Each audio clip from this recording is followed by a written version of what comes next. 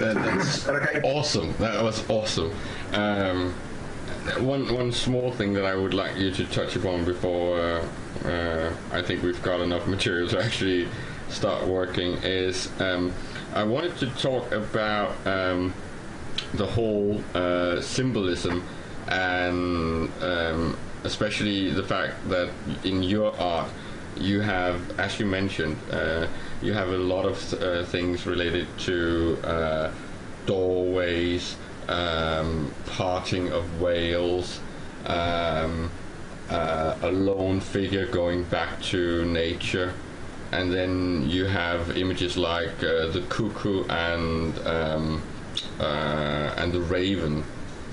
These images seem to be very much represented in your artwork. Do you think there's some relation to are you channeling a zeitgeist of some sort? Are you? Yeah, I am. Yeah, I can go with that. Yeah, I am, absolutely. I'm definitely a conduit. It's not coming from me. Well, it's not coming from this version of me. It's not coming from this biological, 46-year-old guy, Irish guy, slightly chubby. It doesn't come from that. It comes from that observer behind me, what's back there. That's where it comes from. That's where it's coming from, and it's coming through. And that's why so much of my art is predictive. Unknowingly, I have painted things that have actually come true. I've actually painted scenes that I've walked into. I've actually painted experiences that have happened a year or so later. Don't ask me why it happens, but it's predicted. It's probably part of the whole synchronicisticism thing. And I totally embrace that. Now, before we go into that, I just want to mention something that ties into a lot of my own personal awakening, how I went from being Mr. Cynical, Mr. Ordinary, one-dimensional, spiritually speaking, into what I am now. And it revolves around 9/11. And you're the first person outside people I'm close to that I've told this story to. And on the day of 9/11, I just started working for a company in Dublin. It was the Irish subsidiary of Marsh & McLennan, who were an American human resources and communications group, and I was working in the communications part of the Irish, subsidiary in Dublin. And it was like the second day on the job, I think, and I didn't have my internet hooked up. And all I knew about the 9/11 attacks was that the occasional person was walking by and saying, there's been a plane crashed into one of the Twin Towers, and I was getting constant updates and the tower fell. But my experience of 9/11 was quite unique in that I saw no television until late that night when I saw the footage played back. As the events happened, I was almost not oblivious to it, but I couldn't really know what was going on. I was also in my first or second day in the job, so I was a little bit kind of nervous when you start a job. Now, it just so happens that the American office, we were getting updates all day, and eventually by the end of the day we were told it doesn't look good. The first plane had crashed into the North Tower, which is where our offices were located, and it killed 90 or so of the people I was working with in the communications department of Marsh & McLennan. And that was pretty bad as it was. It was just surreal how I just started a job and a whole bunch of people, in the New York department of where I was working were killed. Now, when this happened, the office was completely destroyed, but they had been saving all their work onto the mainframes, which was located uptown somewhere in Fifth Avenue in Midtown Manhattan. So until the moment of their death, these people were working on actual projects, communications projects. And these had to be taken over by the various departments around the world, including the Dublin office. And I was working in corporate communications as a graphic designer. And so the files for some of their documents were sent to me, and I was literally opening documents that were created by people at the moment of their death, which was surreal enough. But when we opened the documents, what I witnessed, I'll never forget as long as I live. I've worked in corporate communications for about 10 years prior to that, about 9 years prior to that. And there's very specific colour and guidelines, there's very specific presentation guidelines. Certain colours and certain layouts affect people in terms of when you want to buy and sell things. I have never ever seen PowerPoint slides, Quark Express files, presentations, documents, trifolds that were black. These things were black. They were very similar to the colour scheme, to the colour of my book. They were black, dark grey with the occasional red. I've never seen a presentation like that in my life, and this is what these designers were working on when the plane crashed into them and they met their fate.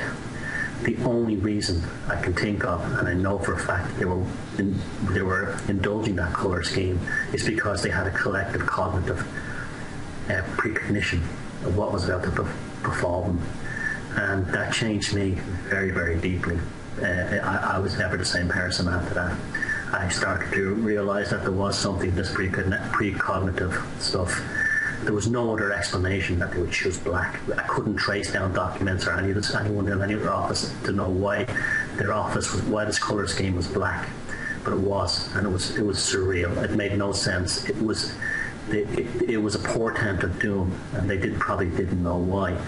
And this ties into the whole aspects of synchromysticism and where these symbols and where these things come from. And they come from outside us and they tell us what's about to happen, or else they may even actually create reality. And I think there's an element of that going on as well in artwork. Now, my own art, in terms of the symbolism, there are common motifs which run through it. They're not conscious, they're unconscious, but they help me deal with the aspect that I'm going through, because to me, when I work on a painting, it's not aesthetic for the sake of aesthetic. I'm actually working through something, and I'm carrying that experience onto the canvas with paints and with pigment. And the raven is a very common motif in all my artwork going right back. I don't know why I'm obsessed with ravens, but the raven is a bird that fascinates me. I've actually got some kind of connection to them. I can talk them down out of trees. Ravens will come up to me very close, completely wild ones now.